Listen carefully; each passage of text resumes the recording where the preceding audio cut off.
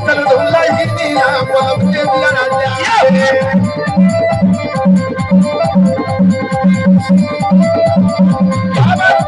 अपने औरत के चोरी कैसे बतिया देली कैसे बतिया देली रे कैसे बतिया देली अपने औरत के चोरी कैसे बतिया देली कैसे बतिया देली कैसे बतिया देली अदबा के काम का जो बूढ़ा से करावे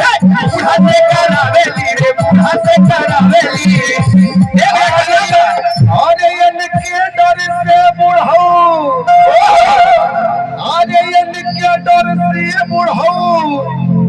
अरे कपड़ा को चारेले हो कपड़ा को चारेले चारेला ये बुढ़ाऊ दादा अरे क्या बताई जब हमार मतवाहिया बुढ़िया ना झंडी को बच्ची हमारे के जान ले है जिया अरे ऐसा दूल्हा ही लिया